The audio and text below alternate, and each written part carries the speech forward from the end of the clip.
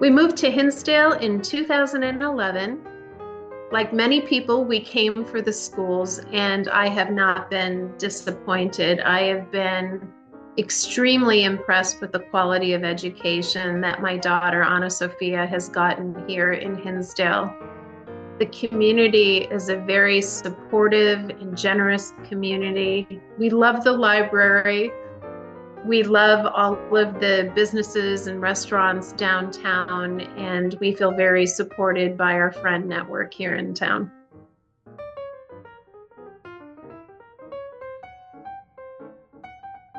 So I have been invited by the library to give a public presentation on midlife women's health with a focus on menopause.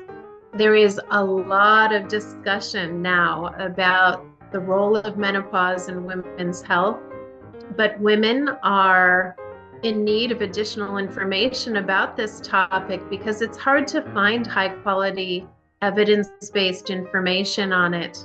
It's also very difficult to find medical providers, physicians, nurses who are well trained in this particular aspect of medicine because we've missed generations of training. OBGYNs get on average 1 hour of training in menopause, if you can believe that. So women are coming for information, and my goal is to share the latest information about this universal health experience with women in our community.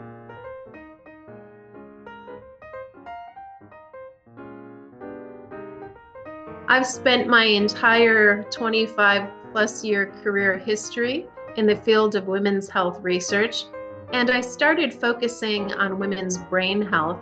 I was very interested in what women might be able to do to protect their brains as they age so that they bring the healthiest, optimized brain into their later years and so that they're resilient to Alzheimer's disease.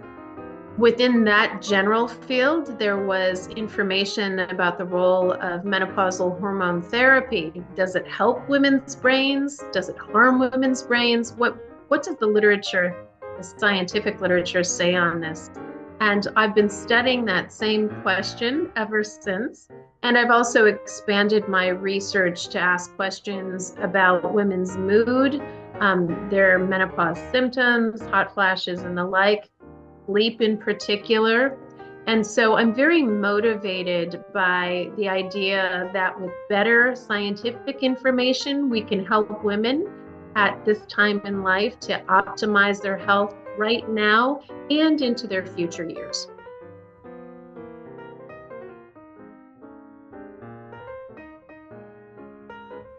So the good news about menopause information now is that it's a topic that we're hearing quite a bit about. And that's really good news because it used to be a topic that was kind of discussed privately, but now the conversation is open, which is a very good thing because after all, it's a universal life experience for women.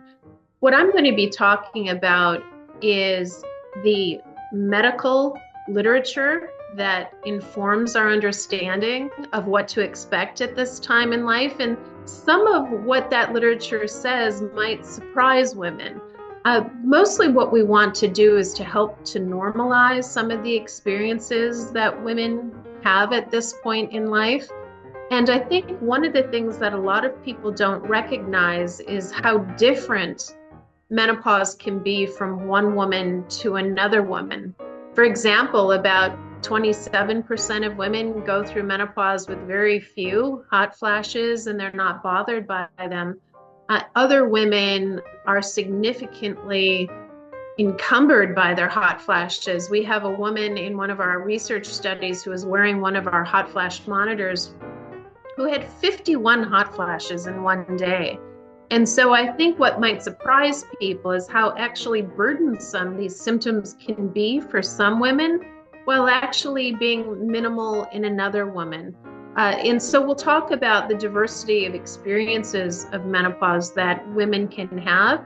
We'll also be talking about what the city of Chicago and the state of Illinois and the federal government might be doing in bipartisan legislation to help women get the answers that they need.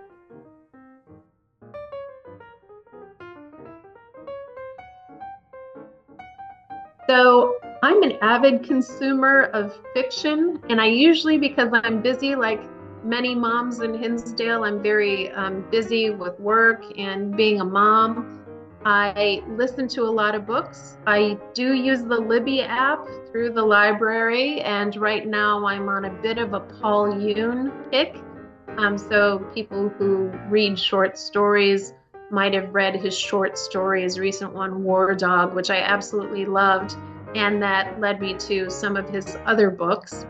And then also, my friends and I are part of a cookbook club where we go from one person's house to another every month, and everyone cooks a recipe from the same book. And we've got our newest book, which is on indigenous cooking.